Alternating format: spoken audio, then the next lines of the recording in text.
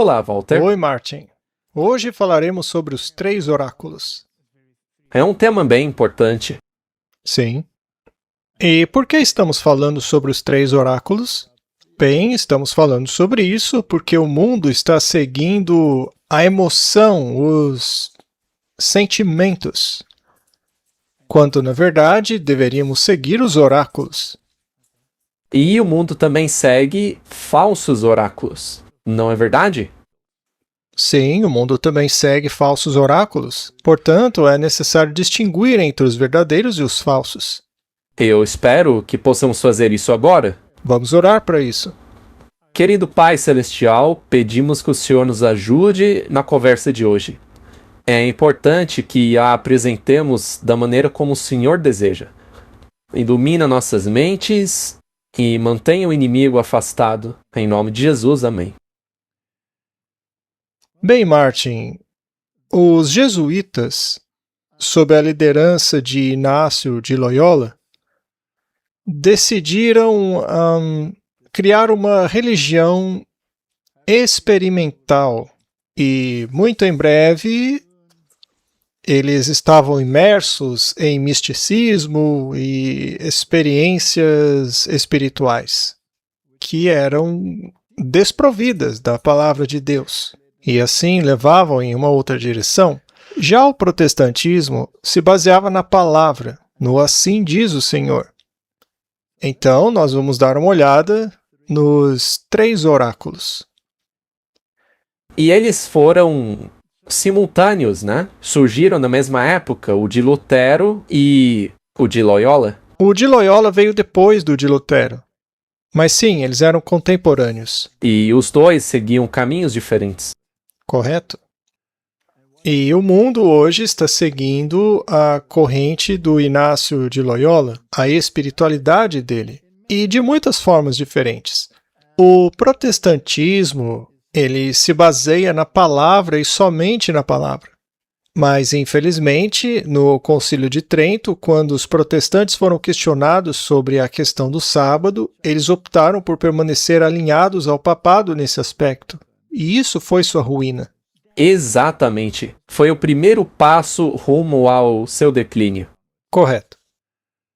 Martin, a palavra de Deus não aceita concorrentes em seu campo.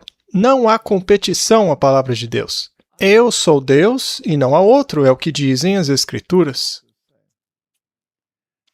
Isaías 8, verso 20. A lei e ao testemunho. Se eles não falarem segundo esta palavra, é porque não há luz neles. Quanta luz, Martin? 0. 0. Nenhuma luz. Ou você concorda com a Bíblia ou não. Isaías 45, verso 22 e 23. Olhai para mim e sede salvos vós, todos os confins da terra, porque eu sou Deus e não há outro. Não há outro, Martin. Esse é Jeová. Ele não tem outro nome. Não importa o tamanho da religião, quantas bilhões de pessoas há nela, Deus não aceita concorrência. Jurei por mim mesmo, porque não há ninguém superior a Deus a quem ele possa jurar. A palavra saiu da minha boca em justiça, e não tornará atrás, que diante de mim se dobrará todo joelho e toda língua jurará. Só há um Deus, uma verdade e nada mais. Tudo o que lemos deve estar de acordo com a lei, a Torá, os 5 primeiros livros da Bíblia escritos por Moisés. Tudo precisa estar em harmonia. Então, todo o testemunho depois disso tem que estar de acordo. Nada pode contrariá-lo. Vamos então analisar o testemunho da Reforma. E parece que eles se esqueceram disso, Martin. Isso foi escrito por Abinhet, a História da Reforma, que é provavelmente uma das melhores fontes bibliográficas sobre a Reforma Protestante que há no mundo. Existem muitas outras, como a História da Reforma de Willy, mas Abinhet é considerado o padrão ouro. Vejamos então o que a Reforma ensinou e que parece ter sido esquecido pelo mundo. Não há doutrina segura senão aquela que está em conformidade com a palavra de Deus. Que o Senhor proíbe o ensino de qualquer outra doutrina. Que cada texto das Sagradas Escrituras deve ser explicado por outros textos mais claros. Que este livro sagrado é em tudo o que é necessário para o cristão, fácil de entender e calculado para dissipar as trevas. Estamos resolvidos, com a graça de Deus, a manter a pregação pura e exclusiva de sua única palavra, tal como está contida nos livros bíblicos do Antigo e do Novo Testamento, sem acrescentar nada a ela que possa ser contrário a ela. Esta palavra é a única verdade. É a regra segura de toda doutrina, de toda a vida, e nunca pode falhar ou nos enganar. Aquele que edifica sobre este fundamento resistirá a todos os poderes do inferno, enquanto todas as vaidades humanas que se levantam contra ele cairão diante da face de Deus. Esta é uma declaração bem impactante sobre a Bíblia, não é? Quem dera hoje fosse a mesma coisa. Não acrescentar nada à Bíblia, muito menos alterá-la. Ou ignorando algo e se apegando a sentimentos. Isso é muito interessante. Então, Martin, existem 3 maneiras que Deus escolheu para se revelar ao homem. A primeira, claro, a principal, sobre a qual tudo deve ser baseado, é a lei e o testemunho. Se não falarem de acordo com isso, não há luz neles. Esta é a palavra de Deus, é o testemunho. A Igreja de Deus deveria basear seus ensinamentos na Bíblia, na palavra. Tudo gira em torno da palavra de Deus. Sim, as Sagradas Escrituras são a revelação divina que trazem aos homens o conhecimento de Deus e das sublimes verdades da salvação.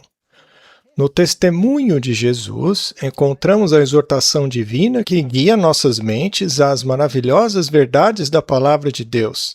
Na Igreja de Cristo, temos a comunhão divina, que Deus sempre quis que significasse muito para nós, como filhos de Deus, em nossa comunhão um com os outros e em nossa comunhão com Ele. Então, a palavra de Deus que une o seu povo, certo? É dela que vem toda a verdade. Portanto, o testemunho e a igreja devem estar em harmonia com esta palavra. A revelação de Deus por meio de sua palavra é enfatizada assim.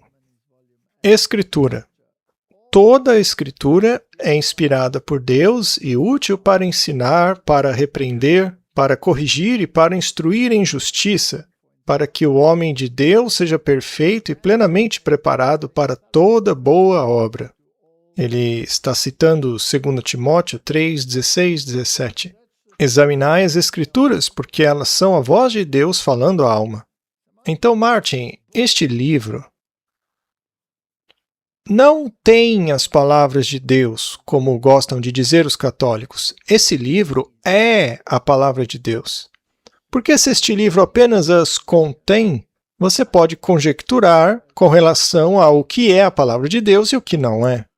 O que, aliás, eles fazem o tempo todo com os testemunhos dela. Se qualquer testemunho não estiver em harmonia com a Bíblia, você tem um grande problema. Se a Bíblia apenas tivesse a palavra de Deus nela, aí você poderia decidir qual parte dela é a palavra de Deus e qual não é. E aí você escolhe. E neste caso, ela seria o seu testemunho. Muito bem. Vamos falar sobre o testemunho. A revelação de Deus por meio do testemunho de Jesus é enfatizada em Efésios 3, 4 e 5. O mistério de Cristo, que em outras gerações não foi revelado aos filhos dos homens, como agora foi revelado aos seus santos apóstolos e profetas pelo Espírito. O testemunho de Jesus é o espírito de profecia. É quando você recebe uma mensagem de Deus, como Paulo recebeu ou qualquer um dos profetas, você deve testar esses espíritos para ver se estão em harmonia com a palavra de Deus. Lemos em Testemunhos para a Igreja. Deus fala por meio de seus testemunhos. Devemos seguir as instruções dadas pelo espírito de profecia.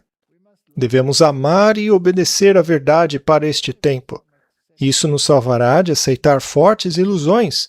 Ou seja, Deus deu testemunho para nos apoiar em nossa interpretação das Escrituras. Deus tem nos falado por meio de Sua palavra. Ele nos falou por meio dos testemunhos para a igreja e por meio dos livros que ajudaram a esclarecer nosso dever atual e a posição que devemos ocupar agora. Qual é o nosso dever atual, Martin? Pregar as 3 mensagens angélicas. É o que Apocalipse nos ordena fazer, não é mesmo? E isso implica no quê? Toda a Bíblia, o Evangelho eterno. A primeira das 3 mensagens angélicas cita o Evangelho eterno, que é toda a Bíblia, não é? Vamos analisar uma advertência. Que poder resta ao Senhor para alcançar aqueles que rejeitaram suas advertências e repreensões e têm considerado os testemunhos do Espírito de Deus como simples sabedoria humana? Ou seja, quando as pessoas desconsideraram a sua palavra e deixaram de agir segundo ela, ele enviou testemunhos contundentes. E se as pessoas também rejeitam esses testemunhos, o que mais ele pode fazer? Nada, porque elas fecharam todas as portas. É como Deus disse no Antigo Testamento: Efraim se entregou a ídolos, deixai-o. No juízo, o que vocês que fizeram isso podem oferecer a Deus como desculpa de terem se afastado das evidências que ele lhes deu de que era ele quem estava trabalhando? Pelos frutos os conhecereis.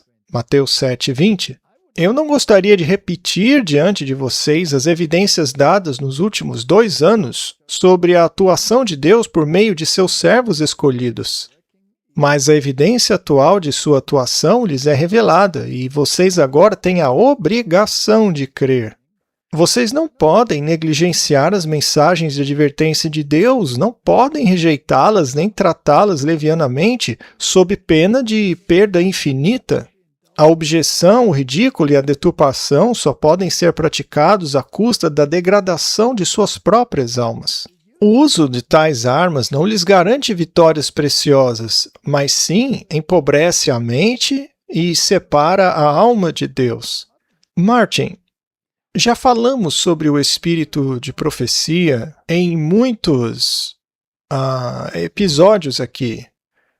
Uma vez que Deus deu tantas evidências da veracidade deles, dando-os diante de centenas de pessoas, com médicos analisando as manifestações físicas da profetisa, e depois analisando os frutos e observando sua harmonia com a palavra de Deus, aqueles que ainda rejeitam isso terão o mesmo destino dos que rejeitam a palavra de Deus. É verdade. Veja onde Israel chegou por ter rejeitado os testemunhos. As coisas sagradas são rebaixadas ao nível do comum, e é criada uma condição que agrada o príncipe das trevas e entristece o Espírito de Deus. A objetificação e a crítica deixam a alma tão desprovida do orvalho da graça quanto as colinas de Gilboa estavam destituídas de chuva. Não se pode confiar no julgamento daqueles que se entregam ao ridículo e à deturpação. Nenhum peso pode ser atribuído aos seus conselhos ou resoluções. É preciso ter as credenciais divinas antes de tomar decisões para moldar o funcionamento da causa de Deus. Martin, isso é bem direto, você não acha? É muito claro. Eu acho que se você quiser ter certeza disso, basta consultar a Bíblia sobre o assunto. Muito bem. Então fica claro para nós que a palavra de Deus é a base de toda a doutrina. Sim. E que os testemunhos são instruções diretas que nos levam à palavra de Deus e nos mostram como interpretá-la. Como estar em harmonia com ela. Vamos pegar um profeta antigo, vamos pegar Paulo, por exemplo. Ele era um profeta que recebia visões. E ele apontava para as Escrituras e mostrou como Cristo cumpriu as condições estabelecidas nas Escrituras. Os judeus acreditaram nele? Não. Alguns aceitaram, mas a maioria rejeitou. E depois disso, surgiram profetas ao longo do tempo. Não sabemos o que alguns dos profetas do tempo do Novo Testamento disseram, a não ser pelo fato de termos menções sobre Barnabé e Pedro terem tido profecias. E ele nos mostrou como interpretar certas escrituras. Então você vai seguindo essa linha até chegar na igreja do fim dos tempos, que possui o espírito de profecia. Ela tem o dom profético, que dá testemunhos precisos de como devemos cumprir nosso dever nos últimos dias. Agora, se você rejeitar esses testemunhos, mesmo sabendo que estão em harmonia com a Bíblia, aí não resta alternativa. Você escolheu o seu destino. Sim, você está se colocando em uma situação muito perigosa. Está se afastando da verdade da palavra de Deus. Então, qual é a nossa atitude hoje em relação ao espírito de profecia? Seria melhor do que o antigo Israel? Ou melhor do que a dos líderes de Israel na época de Jesus? Não. Eles queriam matar aquelas pessoas, eles os aprisionaram e, na verdade, mataram alguns. Ele veio para o que era seu e os seus não o receberam. Então, nada mudou, Martin. Veja, o fato de algo ser rejeitado pela maior parte da população não o torna falso. Isso é muito importante. Também há um versículo bíblico que diz: creiam nos profetas. Muito bem. Eles tinham as escrituras, ou seja, os testemunhos, e agora tem a igreja. A revelação de Deus por meio da igreja de Cristo é enfatizada. E para que todos vejam qual seja a dispensação do mistério que desde a existência do mundo esteve oculto em Deus, que criou todas as coisas por meio de Jesus Cristo, para que agora, pela igreja, os principados e potestades nos lugares celestiais sejam conhecidos pela multiforme sabedoria de Deus.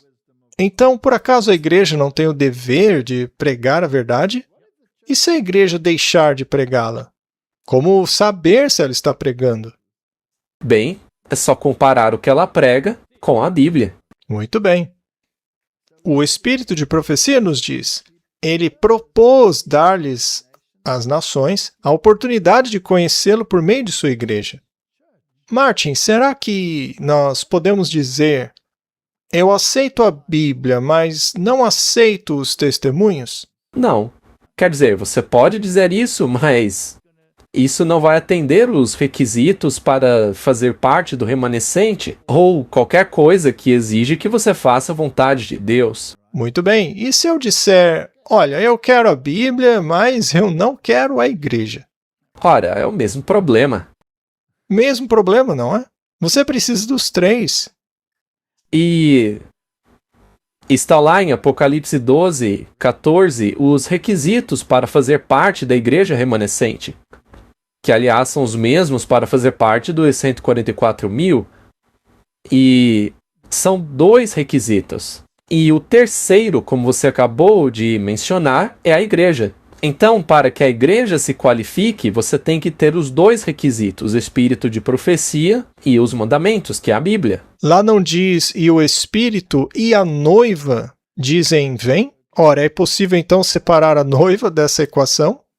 Não, não faz sentido dizer que você quer seguir a Cristo, mas não quer fazer parte de sua noiva. Que é a igreja. Principalmente a que tem o testemunho.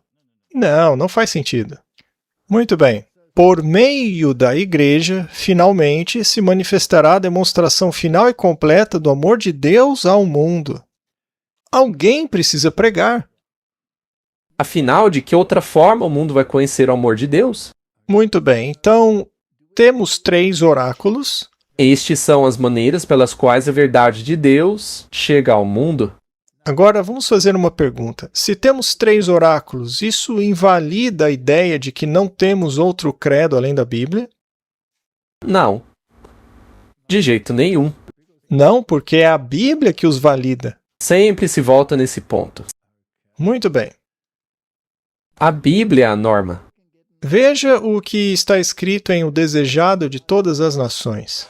Em cada página, seja de história, preceito ou profecia, as Escrituras do Antigo Testamento irradiam a glória do Filho de Deus.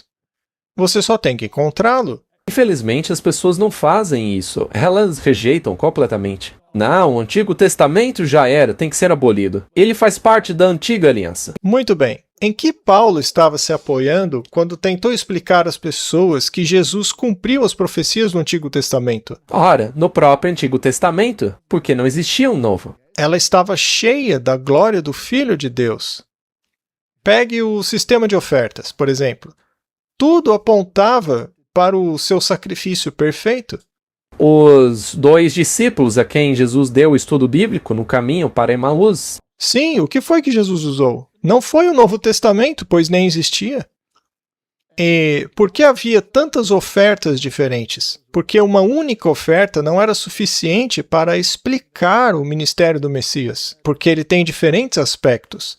Na medida em que era de instituição divina, todo o sistema do judaísmo era uma profecia compactada do Evangelho.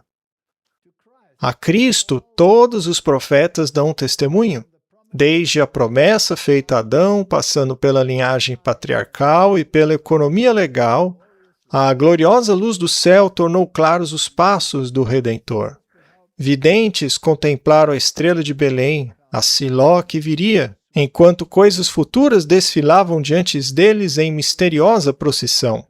Em cada sacrifício a morte de Cristo foi demonstrada, em cada nuvem de incenso sua justiça ascendeu, por cada trombeta do jubileu seu nome foi proclamado. No terrível mistério do Santo dos Santos sua glória habitou.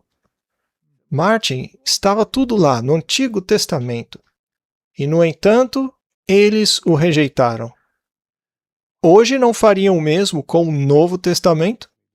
Estão fazendo a mesma coisa. Estão mutilando a palavra de Deus, escolhendo algumas partes e outras não, rejeitando o Antigo Testamento, dizendo que o Deus do Antigo Testamento era ruim, que só devemos amar o Filho. Tem gente falando todo tipo de bobagem por aí. Sim, como aqueles que defendem que o Novo Testamento joga fora a lei de Deus. Como assim? Eles aboliram algo que Jesus disse que nunca seria abolido. São declarações ridículas. A Bíblia e o Espírito de Profecia e a Igreja são as cartas de amor mais longas já escritas. Você concorda com isso? Sim. Aqui Deus fala aos filhos dos homens em uma linguagem de carinho afetuoso. Ele não apenas amou, mas amou tanto que nos deu o seu Filho eterno. Ele nos assegura repetidamente que nos ama, embora tenhamos sido pecadores e desobedientes. Ele diz, se vocês me amam, então guardem os meus mandamentos. Não deveria ser difícil entender isso. Como alguém pode ter um relacionamento com Jesus se ele não quer nem ao menos obedecer o que ele diz? Pois é. Observe as expressões utilizadas. Eu te amei com amor eterno. Portanto, antes mesmo da fundação do mundo, Deus já tinha decidido que morreria por nós. Ele já havia determinado. Então, a revelação divina também é conhecida como os oráculos de Deus. Lemos em Romanos 3, verso 2, sobre o oráculo de Deus, e em Atos 7, 38, os oráculos vivos. Essa revelação vinda do céu também é chamada de Palavra de Deus. Esse termo é usado tanto no Antigo quanto no Novo Testamento e vem em várias associações. Por exemplo, além da expressão Palavra de Deus, essa revelação divina é chamada de Palavra do Senhor, nos Salmos 18 e 30. E a Palavra do Santo de Israel, em Isaías 5, 24. Então ela é sagrada.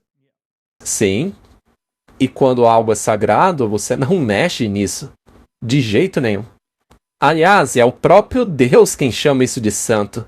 O Papa não se autodenomina santo? É o que eu queria dizer. Não interessa se ele se chame de santo, ou o santo X ou Y. Isso é tudo construção humana. Além disso, quando os profetas descrevem a comunicação divina por meio deles, eles dizem, a palavra do Senhor veio a mim dizendo... Então, o profeta não está falando de si mesmo. Ele não está usando as suas palavras, mas aquilo que Deus disse. Existem muitas variantes dessa expressão. Por exemplo, assim diz o Senhor, 2 Samuel 7:8.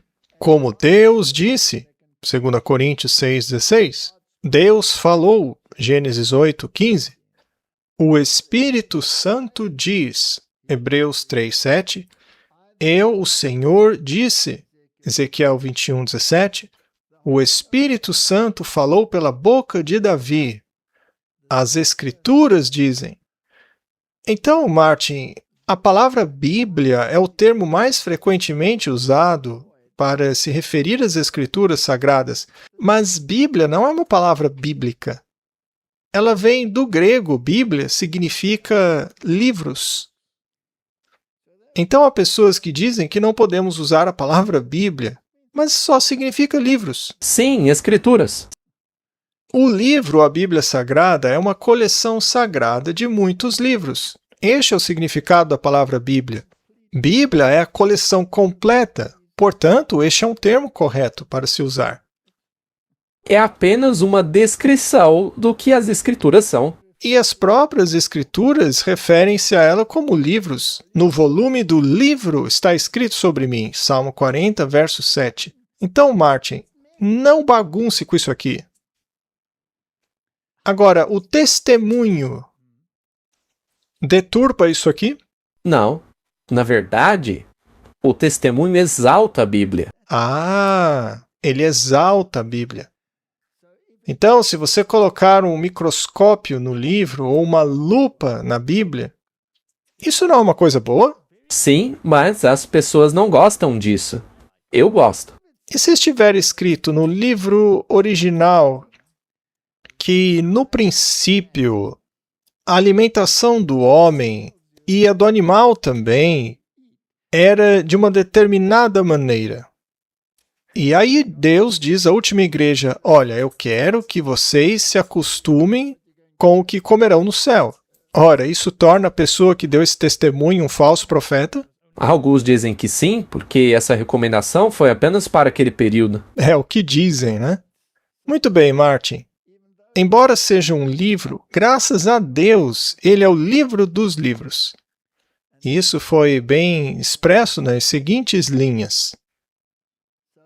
Vamos falar um pouco sobre profetas e depois analisar esses versículos. Deve-se observar que quando chegou a hora da mensagem de advertência, Deus enviou seus mensageiros com palavras vivificantes vindas do céu, e isso foi reiterado inúmeras vezes nos registros sagrados. Então Deus usou profetas para enfatizar o que já estava estabelecido em um livro, mas que eles haviam ignorado e se esquecido.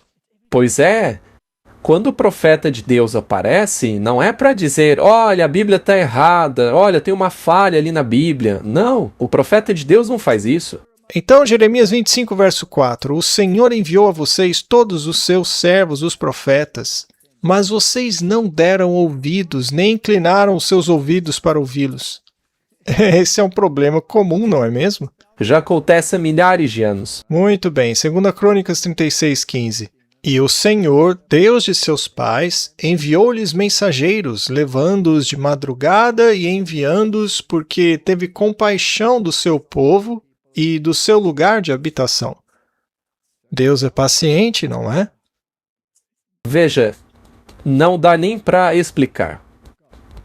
A gente não perde a paciência? Eu não, Martin. Nunca perco minha paciência. Ora, Walter, desde que a gente vive nessa terra e você vive há mais tempo do que eu, veja quanto tempo Deus vem lidando com isso. Olha, Martin, eu espero que Jesus volte logo porque eu não aguento mais, eu não suporto mais a pompa e o glamour que eles associam a essas mentiras. O que eles fazem me dá náuseas. Eu não sei. E você? Temos que orar por paciência, Walter. O testemunho por meio do profeta Zacarias é o mesmo, pois ele escreve a respeito de profetas. As palavras que o Senhor dos Exércitos enviou em seu espírito por meio dos profetas anteriores. Ora, Martin, se Deus sempre agiu assim, por que não queremos aceitar em nossa época? Não foi o próprio Deus que disse que tudo o que ele diria seria por meio dos profetas? Pois é, Martin. Não dá para entender as pessoas. Uma vez você disse, Martin, que se quiser ouvir a palavra de Deus, é só ler a Bíblia em voz alta. Não, você disse isso. E depois eu repeti um pouco depois. Ah, tá bom. Você disse, se quiser ouvir a voz de Deus, é só ler a Bíblia em voz alta. Aí você ouve Deus. Pois é. Tá bom, então.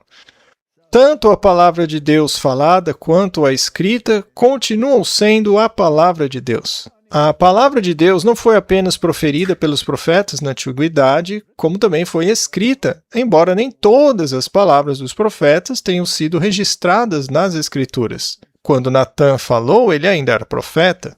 Mas às vezes Natã deu uma opinião e teve que voltar atrás, porque sua opinião não estava correta. Sim, porque a palavra de Deus foi a ele depois e o fez entender melhor. Então, nessa forma, as revelações enviadas pelos céus foram preservadas para as gerações futuras. Segundo as Escrituras da Verdade, os oráculos divinos foram falados pelo profeta Daniel, foram ditos, proferidos, Martin. Palavra. Foram proferidas pelo Senhor ao profeta, Mateus 1, 22.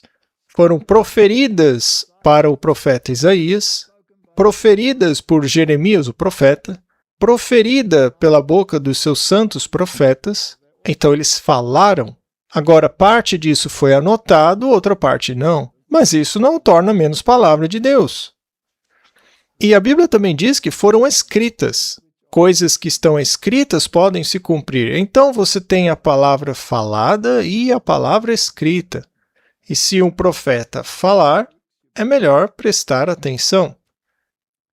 E quanto à palavra escrita? O testemunho dos próprios profetas ao longo dos séculos, os profetas do Altíssimo, declararam sem hesitação que a palavra que davam ao povo de sua época veio do Senhor. Vamos ver algumas das expressões que eles utilizaram. Diz o Senhor. O Senhor diz. O Senhor me respondeu e disse. Há alguma conversa acontecendo aí? Sim. Assim diz o Senhor. A palavra do Senhor que veio, a palavra do Senhor veio a mim dizendo, a palavra que veio do Senhor dizendo, o Senhor me disse a sua palavra, o que disse o Senhor, a palavra de Deus, a escritura da verdade. Ou seja, está claro como meio-dia, não dá para não entender. É autoexplicativo. Veja, ultimamente, as pessoas também dizem essas coisas aí. Sim, só que não se baseiam nas escrituras. É o que eu ia dizer. Então você vê muitas pessoas dizendo, o Senhor me disse, o Senhor me disse. A Paula White, lá do Trump, não disse, o Senhor me mostrou? Sim, e as pessoas não podem exagerar. O Senhor pode, por meio do seu espírito, conduzi-lo a entender algo, mas esse algo está dentro da Bíblia. Agora, se você ouve o Senhor te dizer algo e não está em harmonia com a Bíblia, aí está errado. Muito bem. Deus falou, o Espírito Santo significou isto. A palavra de Deus, diz o Senhor, resposta de Deus, ele disse, o Espírito Santo disse, como Deus disse. Então, é fascinante. O Espírito Santo disse aquilo. Ele não ditou nada, mas ele impressionou a mente.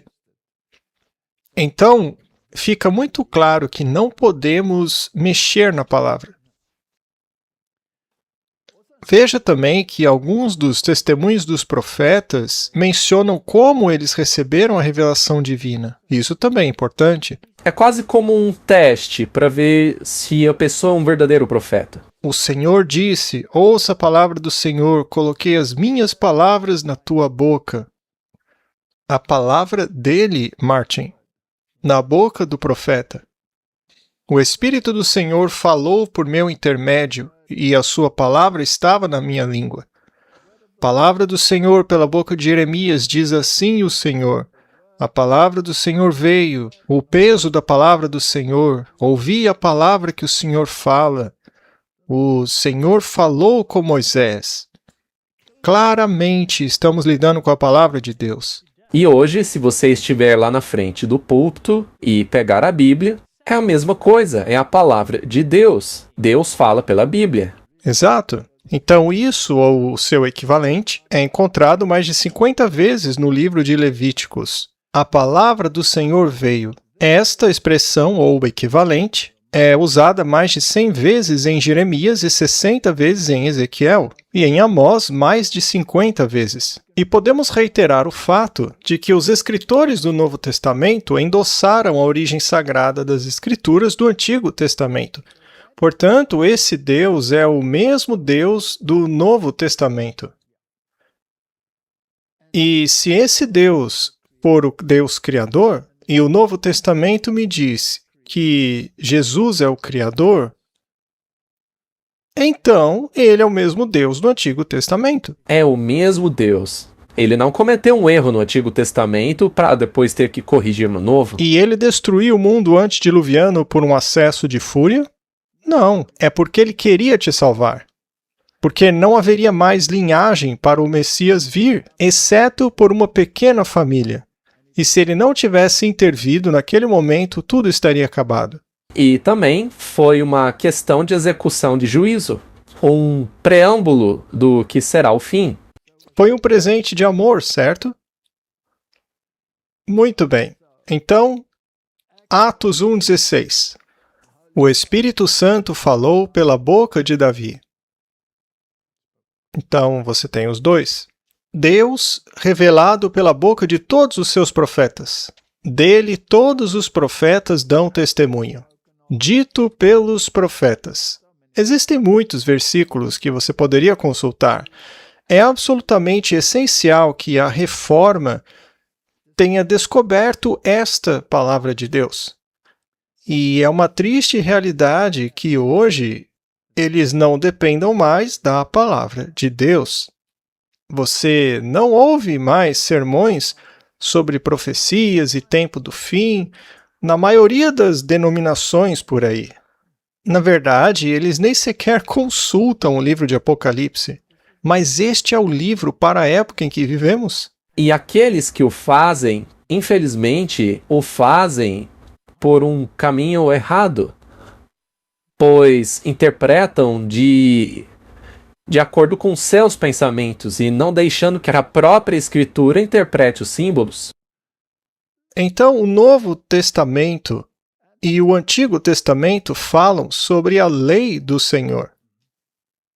A lei do Senhor, Lucas 2,39, ou a lei de Moisés, Lucas 2,22. E o versículo 39 diz: E havendo eles cumprido tudo segundo a lei do Senhor, voltaram para a Galiléia, para a sua cidade Nazaré. Portanto, aquilo que estamos lendo também é chamado de lei. A Torá, os 5 primeiros livros da Bíblia, contêm leis. Então, podemos dizer que a Bíblia é a vontade de Deus para nós. E uma revelação de quem é Deus. Você também mencionou uma vez que se trata de um documento legal, então tem que ver com a lei. E é fascinante como a Bíblia foi escrita de forma que nós não fôssemos distraídos por vírgulas ou pontos ou coisas do tipo. Você tinha que determinar isso de acordo com o contexto e não de acordo com a pontuação. Deve ter sido muito difícil porque o hebraico não continha vogais e estava escrito em um bloco sólido. Se você quisesse ler João 3,16, ficaria mais ou menos assim. É muito difícil de ler, não é mesmo? Mas se você ler com atenção, escrito em inglês, a frase diz: porque Deus tanto amou o mundo que deu o seu Filho unigênito para que todo aquele... Só um momento. Para que todo aquele que nele crê não pereça, mas tenha vida eterna. Então, era assim que você tinha que ler. Deve ter sido difícil, né? Com certeza você precisava de treinamento para ler. Mas isso é incrível, porque hoje nós temos problemas por causa da pontuação. Existem doutrinas baseadas em uma vírgula no lugar errado, né? Muito bem, Martin, agora uma observação minha. Se um texto desse tipo fosse entregue a qualquer um de nós, certamente teríamos dificuldades consideráveis em saber quais vogais usar e também como usá-las, para separar as diversas palavras umas das outras. Sim, como acabamos de ler aí em João 3,16, mas a gente já conhece o texto. Agora, se tivesse que ler aquilo, você ficaria confuso. Com certeza. Pois somente após o retorno dos judeus do cativeiro da Babilônia que as palavras hebraicas foram separadas umas das outras e o Antigo Testamento hebraico organizado em parágrafos e versículos. Antes era um bloco sólido. Então, isso foi para facilitar o entendimento. Nesta época, os caracteres hebraicos quadrados foram substituídos pelo antigo alfabeto hebraico fenício ou arcaico. As mudanças que foram feitas foram introduzidas gradualmente e abrangeram um período considerável. O Dr. Ginsburg, um judeu cristão da Polônia, que se tornou um eminente estudioso do hebraico, afirma que este trabalho foi iniciado nos dias de Esdras por homens conhecidos como Soferim, ou os escribas. Vários séculos se passaram, ao que parece, antes que quaisquer outras mudanças importantes fossem introduzidas. Os sinais vocálicos surgiram por volta de 500 a 600 depois de Cristo e foram o trabalho de homens conhecidos como maçoretas. Isso é fascinante. Deve-se lembrar também que muitas das letras hebraicas diferiam umas das outras em um detalhe muito pequeno. Então, você podia cometer um erro, tinha que ser muito meticuloso. Mesmo no texto impresso, essas diferenças não são muito facilmente discerníveis. Quanto mais difícil observá-las em cópias manuscritas. Na verdade, Martin, é um verdadeiro milagre termos a palavra de Deus em sua forma pura. Deus disse, eu vou preservar a minha palavra, e ele o fez. Então, agora nós estabelecemos que a Bíblia é a palavra de Deus. Mesmo que tenham sido ditas por profetas, são as palavras de Deus, porque ele as colocou em suas bocas. Vamos analisar alguns símbolos da igreja. O primeiro é exército. Você tem que se alistar nesse exército. 2 Timóteo 2:3. Portanto, suporte as dificuldades como um bom soldado de Jesus Cristo. Então a igreja é um exército, estamos numa guerra. Temos uma armadura para vestir.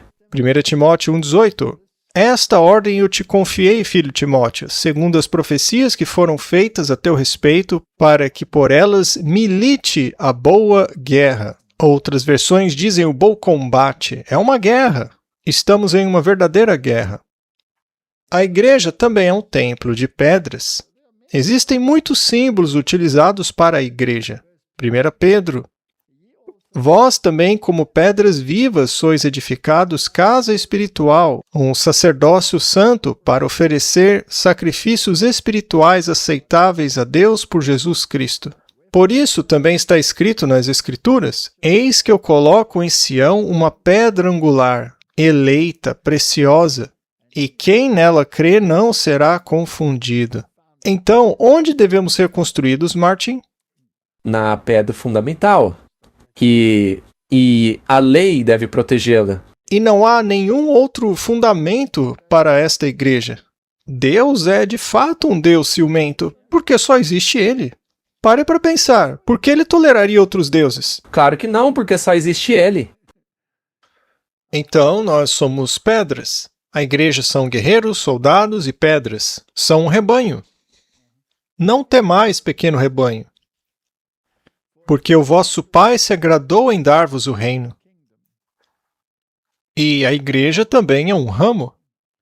Eu sou a videira, vós sois os ramos. Aquele que habita em mim e eu nele, o mesmo dá muitos frutos, pois sem mim nada podeis fazer. Então os ramos são todos diferentes, mas todos recebem a sua energia da videira. Aquilo que temos em comum é Cristo. Sim, e não a sua individualidade. Então a igreja são soldados da cruz, são pedras vivas, talhadas na pedreira da vida, moldadas e esquadrinhadas, de modo que possam se encaixar no templo sobre a pedra fundamental. São um rebanho e por isso seguem um pastor, e são ramos, e deve haver frutos nestes ramos. Ela é um corpo. A igreja é comparada a uma mulher casta, a uma noiva e a Sião. Então a igreja é uma mulher. Quando você lê em Apocalipse sobre a mulher, o deserto, o remanescente, ela está falando da igreja. Dito isso, será que eu posso rejeitar a igreja? Não. Não, ninguém pode. Você tem que ficar na igreja. E se a igreja se tornar uma prostituta? Bem, você deve ir à igreja que atende aos requisitos. Muito bem. É possível ter uma igreja dentro de uma igreja? É possível haver membros obedientes e desobedientes na mesma igreja? Sim, Trigo e joio podem crescer juntos? sim. Eu devo arrancar o joio? Não. Isso é o próprio Deus quem o fará. Dá vontade, mas... Sim, nós queremos ser os capinadores. Não sei se essa palavra está certa, mas enfim. E o nosso caráter não pode ser transferido, ele tem que ser desenvolvido, certo? E mesmo este é um papel do Espírito Santo. Certamente. Muito bem, diz Colossenses. E ele é a cabeça do corpo, a igreja, que é o princípio, o primogênito dentre os mortos, para que em tudo tivesse a preeminência. Portanto, Cristo é o centro e a igreja está reunida ao seu redor. E sujeitou todas as coisas debaixo dos seus pés, e o constituiu cabeça sobre todas as coisas para a igreja, que é o seu corpo, a plenitude daquele que cumpre tudo em todos. Então eu posso aceitar Jesus e rejeitar a igreja dele? É claro que não. Você só tem que aceitar. Da mesma forma que ele teve que passar por um monte de dificuldades com a igreja, nós temos que acompanhá-lo nisso. E se a igreja não for legal com você? Aí você ora por eles. Muito bem, Martin. Neste corpo há vários membros, e um membro não pode desempenhar exatamente a mesma função que o outro. Os olhos foram feitos para ver, e em nenhum caso podem realizar o trabalho dos ouvidos, que é o de ouvir, nem os ouvidos podem tomar o lugar da boca, nem a boca desempenhar a função do nariz. Contudo, todos esses órgãos são necessários para a perfeição do todo e trabalham em perfeita harmonia uns com os outros. Bem, às vezes eles deveriam fazer isso, né? Ainda tem umas dificuldades aí. Mas eu gostaria de voltar rapidamente ao que você disse sobre a videira. Você explicou aos nossos alunos da escola de evangelismo a importância disso daí. De que estamos todos ligados à videira, mas cada ramo é independente em personalidade. Sim, cada um tem sua própria personalidade. Não pode haver fusão das personalidades uma na outra. Somos agentes livres.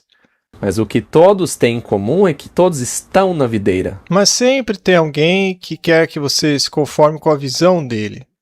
Mas você é um indivíduo, você deve ir à palavra de Deus para descobrir qual é o seu dever, e não ao seu próximo. E quem está fazendo a podagem? Deus poda a videira. Sim, não é um ramo que poda o outro. Não, o seu colega ramo não é o seu podador. Ele seria muito irritante se começasse a fazer isso.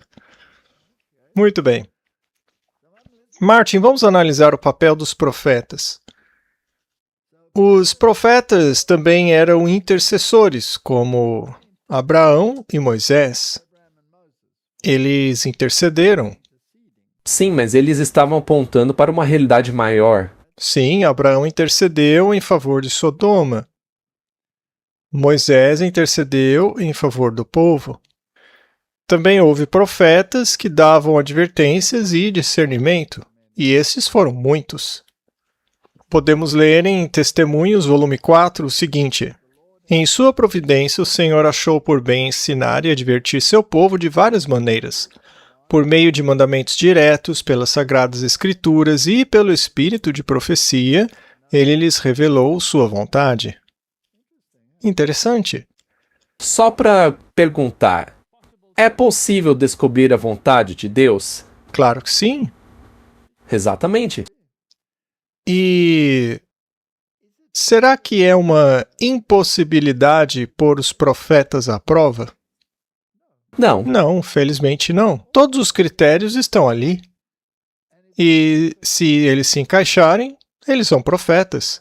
Advertirei, aconselharei, repreenderei, encorajarei conforme o Espírito de Deus ditar. Foi Ellen White quem escreveu isso. Quer os homens ouçam ou não. O meu dever não é agradar a mim mesmo, mas fazer a vontade do meu Pai Celestial que me deu a minha obra. Ela alegou que Deus lhe deu essa obra, agora cabe a nós colocá-la à prova. O que ela escreveu está em harmonia com a palavra de Deus, ela exalta o Salvador, ela manifesta os sinais físicos, existe prova de que ela manifestou os sinais físicos diante de milhares de pessoas, pelo menos 66 vezes em público, e as pessoas rejeitaram. 66 vezes, publicamente. Às vezes até grandes multidões.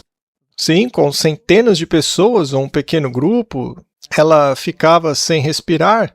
Não respirava absolutamente nada, mas tinha uma super força, apesar de ser uma pessoa muito frágil. Então veja, Deus manifestou essas coisas publicamente para que ninguém tivesse desculpas. E isso é interessante, não foi num lugarzinho obscuro, escondido num beco, que essas coisas aconteceram. Não, foi à vista de todo mundo. Um monte de gente viu. E também tiveram as visões abertas. Pode explicar isso? Veja, assim que o povo apostatou contra a palavra de Deus, não houve mais visões abertas. Ou seja, visões que as pessoas pudessem discernir. Há muitos exemplos na Bíblia de visões explícitas. Ezequiel, por exemplo, diante dos anciãos, teve uma visão. Daniel teve uma visão na frente dos pagãos e eles fugiram. E os profetas manifestaram visões claras. E também, por meio de sonhos, Deus concedeu visões em sonhos. Mas as manifestações públicas vinham acompanhadas de certos atributos físicos, como ausência de respiração, olhos abertos. Primeiro ela cai de fraqueza e depois levanta-se fortalecida por Deus. Por outro lado, a Blavatsky, ela tinha que respirar para sobreviver. Mas e se você tivesse que profetizar e ficar sem respirar por mais de 6 horas? Isso é impossível. E com acompanhamento médico, certificando-se de que ela não tinha respirado, hein? Apenas Ellen White teve essas manifestações públicas e mais de 60 vezes. Então, Martin, precisamos testar os outros critérios também. Por acaso ela exaltou a palavra de Deus? Ela lia a Bíblia do jeito que ela é? Ela não dizia que a Bíblia é o nosso único credo? E foi ela mesma que disse isso. É o nosso único credo. Então, ou a aceitamos ou rejeitamos. Se Deus tornou isso público, certamente ele não quis esconder em algum canto. Muito bem. Então eles também deveriam dar conselhos como Natã, Gade, Zacarias, Ageu, Ulda. Não lemos necessariamente tudo o que eles disseram, mas temos alguns trechos. Mas ainda assim eles eram profetas de Deus, eram professores. O ensino era geralmente tarefa do levita ou dos sacerdotes, mas às vezes profetas eram chamados para ensinar. Elias e Eliseu eram mestres nas escolas dos profetas. E também tem a palavra profetizar. O que significa pregar ou receber uma visão, mas principalmente pregar, né? Exatamente. Então, isso leva as visões, ou melhor, a profecia da Bíblia ao povo. E esta é uma responsabilidade da igreja. Jeremias 32. Eles me viraram as costas e não o rosto, embora eu os ensinasse. Ou seja, ele era um professor, certo? Levantando-me cedo e ensinando-os, eles não deram ouvidos à instrução. Os profetas também são denunciadores do pecado. Eles eram frequentemente tratados com desprezo, como foi Jeremias. Portanto, um verdadeiro profeta deve ter todos esses aspectos. E, Martin, os escritos de Ellen G. White, por acaso eles contêm conselhos? Ora, claro que sim. E é por isso que as pessoas não gostam muito. Eles ensinam, não é? Muito bem. Por acaso neles existe denúncia de pecados? Constantemente. Só que as pessoas não gostam disso. Por isso, é mais fácil ignorar. É mais fácil desprezar o profeta. Eles também conduziam cânticos, como Miriam, Natã, Gade, Davi, todos eles. A Miriam não conduziu as mulheres em um cântico, portanto, a música era parte importante disso. Por acaso, os escritos de Ellen White não abordam muito a questão da música? Claro que sim.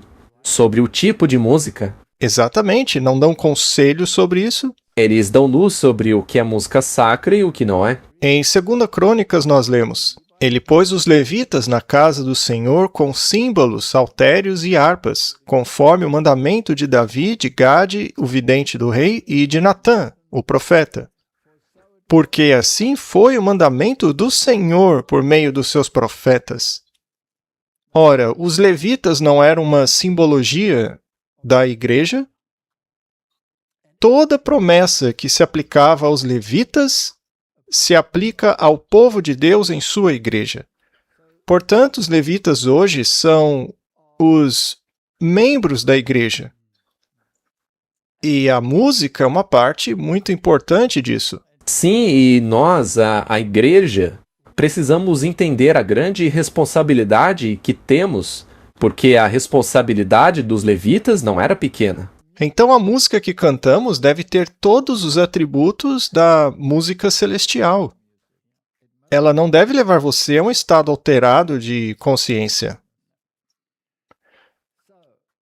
Muito bem, os profetas também eram pessoas que interpretavam o passado e o presente e o futuro. Certamente. Daniel não fez isso, Ezequiel não fez isso, Jeremias não fez isso. Ora, por que a profetisa dos últimos dias também não faria isso? E os profetas às vezes recebiam mensagens que não entendiam, ou não sabiam a quem eram dirigidas essas mensagens. Não é verdade? Sim, deixa o caso de Daniel. Daniel não entendeu. Elias também recebeu uma mensagem destinada ao futuro rei Jorão, que só foi compreendida muito tempo depois de sua morte. No momento, ele não sabia do que estava falando.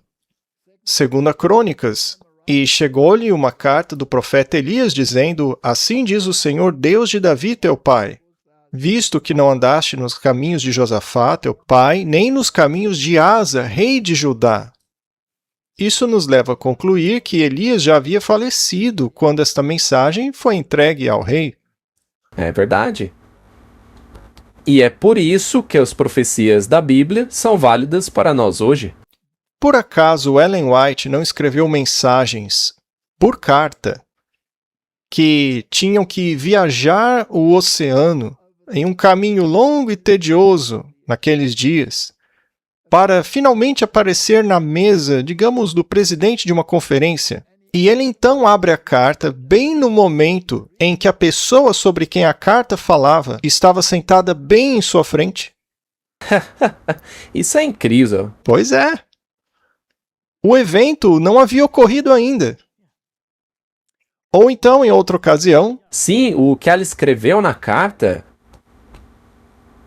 só foi acontecer 3 meses depois, no futuro. Em outra ocasião, ela teve uma visão sobre uma reunião onde decidiriam tornar as posições doutrinárias da igreja menos preeminentes em seus escritos. E essa carta só foi lida meses depois de escrita. Só que a reunião a qual a carta se referia tinha acontecido na noite anterior à leitura. Isso é inacreditável. Então, existem muitos indícios no espírito de profecia que nos levam a concluir que é, de fato, uma manifestação genuína do Espírito Santo. E estas duas situações que você mencionou, assim como todos os outros escritos dela, sempre estão em harmonia com o que a Bíblia diz. É isso mesmo. Conforme o Senhor tem se manifestado por meio do espírito de profecia, o passado, presente e futuro já me foram apresentados. Passado, presente e futuro, igual Daniel. Já me foram mostrados rostos que eu nunca havia visto, e somente anos mais tarde, após vê-los, eu os reconheci. Já aconteceu de eu ter sido despertado do meu sono com uma vívida sensação de assuntos anteriormente apresentados à minha mente. E já escrevi durante a noite cartas que cruzaram o continente, chegando estas bem durante uma crise, a fim de evitarem um desastre para a causa de Deus. Meu trabalho tem sido assim por muitos anos. Os profetas também encorajam? Claro. 70 profetizaram e carregaram fardo com Moisés quando o povo murmurou por causa de carne. E hoje, muitos que se levantam para falar sobre este assunto são tão desprezados como naquela época. Mas, de alguma forma, Deus continua a levantá-los para serem um espinho na carne daqueles que são ávidos por carne no dia de hoje. Você concorda, Martin? Claro, com certeza. Este assunto ainda é uma pedra no sapato de muitos. Você acha que o povo da época gostou quando Moisés lhes disse que era melhor que se santificassem ou teriam problemas? Eu gosto da parte que diz que Deus continua suscitando essas pessoas, ou como você já mencionou, essas pestes. Sim, essas pestes continuam voltando, sempre falando de reforma da saúde ou do sábado. Esses assuntos sempre causam confusão, né? E sabe o que eu acho interessante? Quando eu vou a certas igrejas, eu acho curioso que as pessoas comecem a reclamar porque estamos pregando a mensagem de saúde, etc. E aí, de repente, aparece um outro pregador totalmente diferente com o mesmo assunto. E aí as pessoas que reclamaram têm que ouvir de novo. E elas sempre vão reclamar de novo. É incrível, não é? Sim, e para mim isso deixa claro que essas pessoas não querem esta parte da mensagem. Mas aí vamos jogar o bebê fora junto com a água da bacia? Infelizmente é o que alguns fazem. Pois é. Moisés disse ao Senhor: "Por que afligiste o teu servo? Por que então não encontrei graça aos teus olhos, que tu impuses sobre mim o fardo de todo aquele povo? Será que fui eu quem concebeu essas pessoas? Por acaso eu dei luz a eles para que me digas, carrega-os no teu seio, como um pai que amamenta uma criança até chegarmos na terra que juraste a seus pais?" Martin, você não estava reclamando comigo outro dia que não aguentava mais? É por isso que eu estou rindo, Walter. Não é porque eu acho engraçado, mas é porque eu me identifico com o que Moisés disse aí. De onde me virá carne para dar a todo esse povo? Porque eles choram a mim dizendo, dá-nos carne para comer. Que dieta terrível Moisés deu para eles, né? E hoje continuam reclamando com o profeta da mesma mensagem. Não posso carregar todo esse povo sozinho, é pesado demais para mim. Se assim me tratas, então mata-me, peço-te. Ele não aguentava mais, coitado. Eu me simpatizo com ele. Você já passou por coisas assim, Martin? Olha, eu acho que eu tenho que ler Números mais vezes, depois de ter lido isso aí. Eu te suplico sem hesitar. Se encontrei graça aos teus olhos, não me deixes ver a minha desgraça. Não aguento mais, me mate. Não quero mais fazer isso. Bem, eu já passei por isso. Eu realmente já disse isso ao Senhor. Senhor, acabe comigo agora mesmo. Curiosamente, a coisa fica ainda pior. É verdade. E o Senhor disse a Moisés, reúne-me 70 homens dentre os anciãos de Israel, que sabe serem os anciãos do povo e seus líderes. e os conduz à tenda da congregação para que fiquem ali contigo. As pessoas já não gostavam de um, aí Deus colocou mais 70. É como a série Ataque Total. As pessoas tinham reclamado de 2 palestras, eu fui lá e fiz 36. Deus age assim. E eu... Diga. Antes que as pessoas comecem a reclamar, quero deixar claro que não estamos rindo da situação. Sabemos que é algo sério. Mas é que quando você se identifica com esse tipo de coisa, você ri por dentro porque você entende como é. Sim, nós rimos porque a gente se identifica. Então eu descerei e falarei contigo ali, e tomarei do Espírito que está sobre ti, e o porei sobre eles, e eles carregarão o fardo do povo contigo, para que não carregues sozinho. Então, Martin, em vez de 1, eles receberam 70. Fez diferença? Não. Não. Mas pelo menos tirou um pouco do fardo de Moisés, né? Para ele ficou mais leve. Sim, para Moisés ajudou bastante. Mas ele deve ter rido quando viu os outros 70 pregando a mesma coisa que ele pregava. Números 11 e 25. E o Senhor desceu numa nuvem e falou com ele, e tomou do Espírito que estava sobre ele e o deu aos 70 anciãos. E aconteceu que, quando o Espírito repousou sobre eles, profetizaram e não cessaram. Isso deve ter irritado o povo profundamente. O que você acha?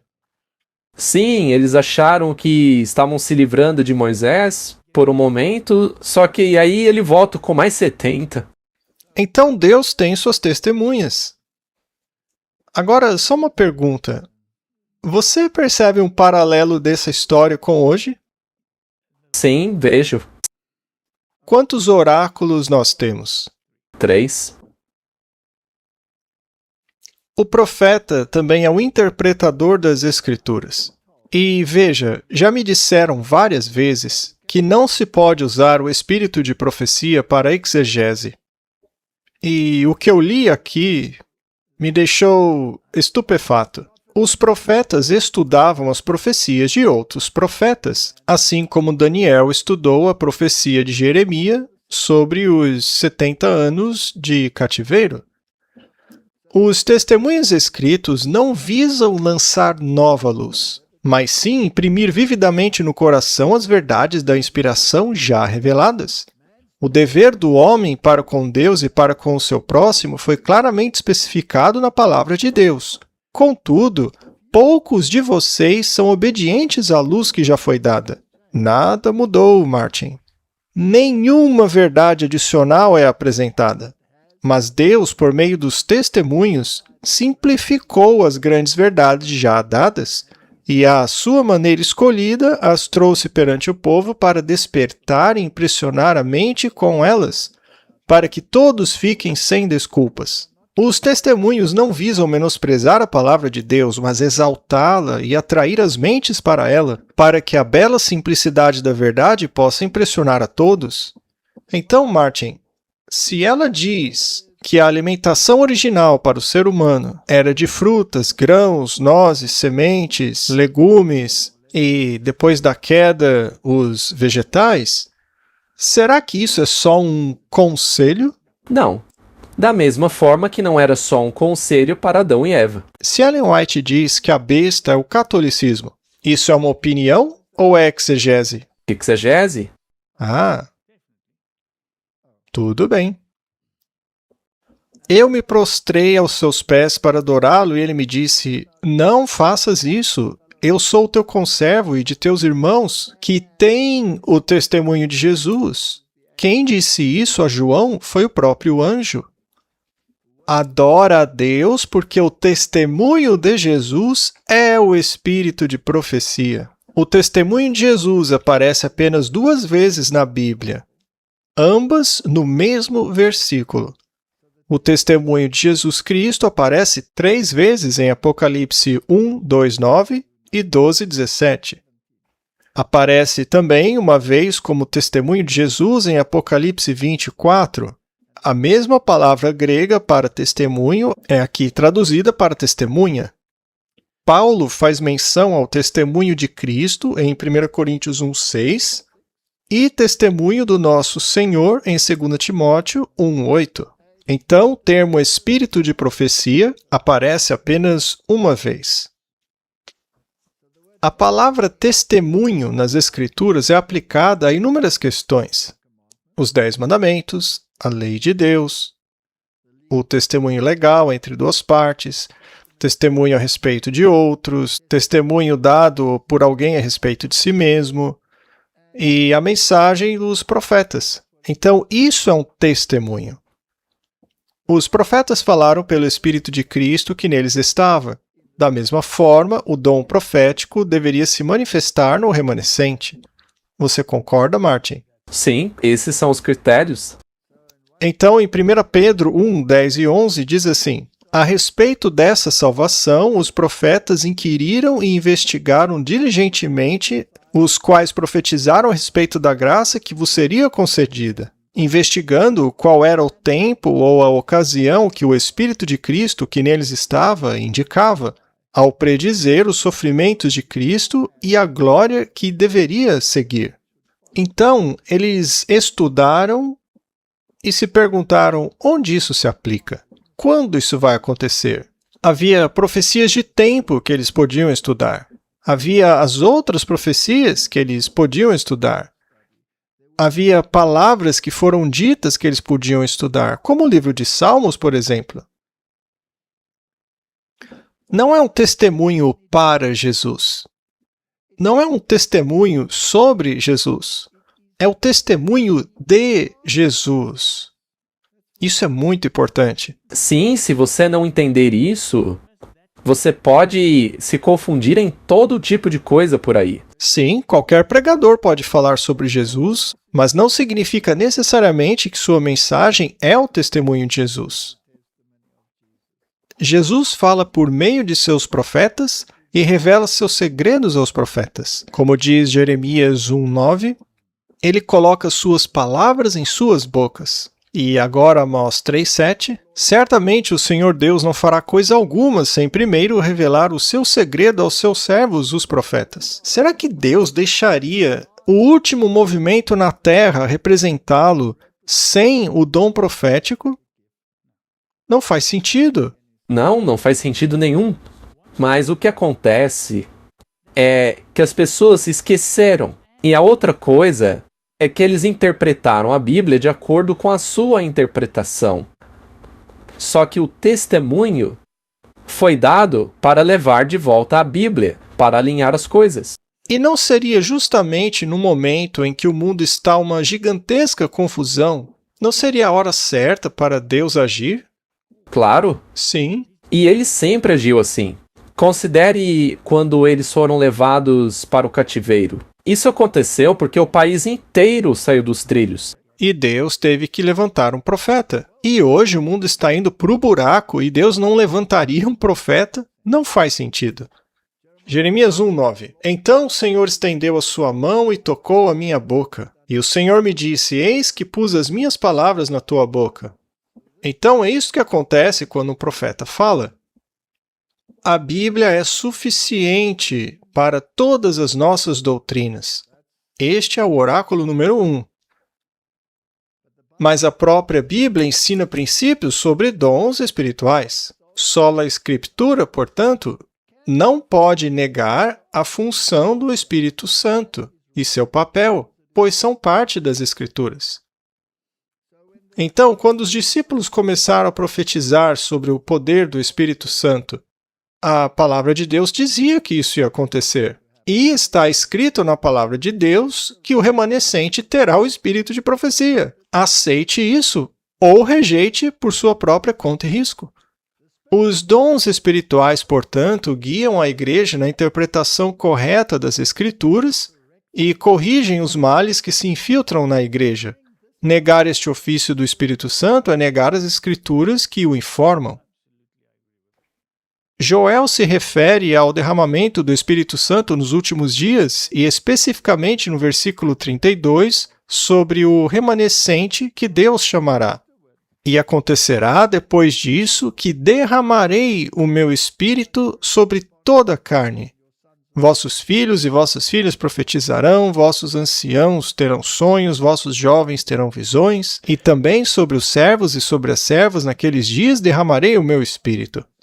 Então ele está profetizando que essas coisas vão acontecer. E mostrarei prodígios nos céus e na terra, sangue, fogo e colunas de fumaça, e o sol se escurecerá. Martin, todos esses sinais já passaram. A lua já ficou como sangue. Ele está nos dizendo a hora exata em que isso aconteceria. Ainda assim, as pessoas dizem que não é verdade. Pois é. Veja, isso é realmente impressionante. Porque vivemos uma época muito privilegiada da história. Porque basta olharmos para trás e vermos que praticamente todas as profecias já se cumpriram. Sim, tudo isso já aconteceu. Então veja que o espírito de profecia se manifesta diante de milhares de testemunhas, mas as pessoas dizem não. Eu quero a Blavatsky. Eu quero Alice Bailey. Me dê qualquer outra profetisa, essa aí eu não quero. Muito bem. Isso vai acontecer antes do grande e terrível dia do Senhor. Sabe, eu não hesito nem um pouco em mencionar o espírito de profecia. Alguns dizem, não, você não pode mencioná-la nas suas pregações. Desculpe, eu vou mencionar sim. Muito bem. Entre o remanescente que o Senhor chamar. Ora, o remanescente terá essas manifestações. Está escrito na Bíblia. E se não fosse assim, haveria um problema. O cumprimento parcial da profecia, em Atos 2, 16, 18, na chuva temporã, aponta para um maior cumprimento ainda disso na chuva serôdia. Vamos recapitular. Já falamos outras vezes, mas vale a pena rever. O que eram as visões abertas e as visões noturnas? 1 Samuel 3:1. E o menino Samuel servia ao Senhor perante Eli. E a palavra do Senhor era preciosa naqueles dias. Não havia visão aberta. O que é visão aberta, Martin? Vamos para Ezequiel. No 6º ano, no 6º mês, no 5º dia do mês, estando eu sentado em minha casa e os anciãos de Judá sentados diante de mim, a mão do Senhor Deus caiu ali sobre mim. Então olhei e vi uma semelhança com aparência de fogo, de seus lombos para baixo, fogo. Foi como João viu também no Apocalipse. E de seus lombos para cima, era uma aparência de brilho como a cor do âmbar. Então isso aconteceu diante de todos, foi uma visão aberta. E aqui temos Daniel. Eu, Daniel, fui o único a ver a visão, pois os homens que estavam comigo não viram a visão, mas um grande tremor os acometeu. Estes eram os babilônios. Sim, eles ficaram com medo, eles tremeram como árvores. E eles fugiram para se esconder. Então Daniel teve uma visão aberta. Portanto, fiquei sozinho e vi esta grande visão, e não restou força em mim, porque a minha formosura se transformou em corrupção, e não retive força alguma. Então ele caiu. Sim, Daniel caiu. Portanto, aqueles pagãos tiveram a oportunidade de testemunhar Daniel em visão, mas eles fugiram de medo. Eles viram que ali havia um poder sobrenatural. Até mesmo o médico que foi averiguar Ellen White em visão, ele saiu correndo e disse, me tirem daqui. Sim, ele disse isso mesmo. Mas as escrituras também mencionam as visões noturnas. São visões que eles viam à noite, em sonhos, né? E aqui nós temos todos os versículos que as pessoas podem consultar depois. Essas manifestações são claramente descritas no oráculo de Deus. Nós teríamos um problema se elas não acontecessem. As primeiras visões de Ellen White eram todas visões abertas, e as posteriores foram mais de visões noturnas. Era para ser visto. Sim, não era algo para se esconder num canto. Quer minha vida seja poupada ou não, meus escritos falarão constantemente, e sua obra prosseguirá enquanto houver tempo. Não precisamos de um outro profeta. Não, 180 anos depois e o espírito de profecia continua tão relevante hoje como antes. Há muitas advertências contra falsos profetas na Bíblia. Pare para pensar, por que a Bíblia alertaria sobre profetas falsos se não houvesse os verdadeiros? Se não fosse assim, seria desnecessário testar os espíritos. E isso aqui é importante, veja. Ao desprezar ou não aceitar, ou resistir e irritar o espírito, negando. E aliás, Martin, isso não é muito perigoso? Isso é extremamente perigoso. As pessoas não percebem que, ao negarem o espírito de profecia, pouco a pouco, estão caminhando para o precipício. Exato. Com relação a João Batista, está escrito o seguinte: muitos iam a ele e diziam, João não fez milagres, mas todas as coisas que João falou sobre esse homem são verdadeiras. E muitos acreditaram nele. No caso dele, Martin, a verdade era o seu poder, não a ostentação e os milagres.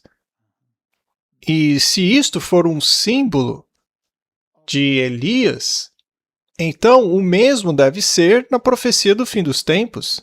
O problema é que os cristãos do mundo querem um sinal, querem milagres. Sim, querem manifestações. Aqueles que rejeitaram o seu testemunho o fizeram por sua própria conta e risco. Que desculpa podemos oferecer se fizermos o mesmo com relação ao profeta do remanescente? Não há desculpas. E se derem uma desculpa, é egoísta. Isso eu garanto. Eles não querem seguir. 2 Crônicas 20:20. Levantaram-se de manhã cedo e saíram para o deserto de Tecoa. Ao saírem, Josafá pôs-se em pé e disse, ouça-me, Judá e habitantes de Jerusalém. Creiam no Senhor, seu Deus, e vocês serão firmados. Creiam nos seus profetas e vocês prosperarão. E Lucas 24:25. Disse-lhes, pois ele, insensatos e lentos para crerem em tudo que os profetas disseram. Enquanto... Tudo. Não apenas um pedacinho do que o profeta disse. Sim, não é só escolher o que te agrada do que disse o profeta. E como são chamados os que não creem no profeta? Tolo. Um tolo. Nem o movimento milerita, que anunciou às igrejas que o rei estava chegando, e nem a manifestação desse dom profético ocorreram escondidos na obscuridade.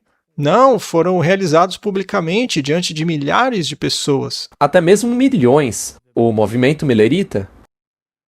Pelo contrário, estavam em exposição pública e sujeitos ao escrutínio do público. Lemos aqui em Atos, Martin. Pois o rei está ciente destas coisas, perante o qual também falo livremente, pois estou convencido de que nenhuma dessas coisas está oculta dele, pois isso não foi feito às escondidas. A manifestação do espírito de profecia ou o movimento milerita não ficou escondido num canto, mas entraram em conflito direto com as crenças e os ensinamentos do povo, que estavam esperando chegar o milênio para começarem a governar, mas Miller disse, não, Cristo está voltando. Só que o povo rejeitou a mensagem. A mensagem dos mileritas não era para que as pessoas deixassem suas denominações, mas apenas dizia as boas novas da vinda de Jesus. E ainda assim rejeitaram isso. Eles escolheram seu destino. Nós falamos sobre isso no episódio sobre o convite de casamento. Havia 2 convites. Eles rejeitaram completamente a vinda de Cristo pré-milênio como rei, que viria para assumir o reino. As igrejas rejeitaram isso, e como consequência, Babilônia caiu. E como consequência, querem erguer uma estátua de ouro. E o espírito de profecia veio para amparar o remanescente, dizendo-lhes qual é seu dever para o tempo em que vivem. E nada disso foi feito às escondidas. E ambas as manifestações são rejeitadas pela grande maioria. Então, Martin, estes são os 3 oráculos. Se rejeitarmos qualquer um deles, o faremos por nossa própria conta e risco. Eu não posso rejeitar a palavra. Não posso rejeitar o espírito de profecia, e não posso rejeitar a igreja remanescente, na qual os 2 primeiros se manifestam. A salvação vem dos judeus E o remanescente guarda os mandamentos e se apega ao testemunho. É um pacote completo. Aceite ou recuse. Vamos orar. Pai Celestial, obrigado pelos 3 oráculos. Embora às vezes seja difícil estar no meio do joio, e às vezes nós mesmos somos o joio e precisamos ser limpos. Então, Pai, não nos deixe sozinhos, e nós te agradecemos pela orientação que nos destes nos testemunhos, para que possamos compreender melhor os oráculos. Eu peço em nome de Jesus. Amém.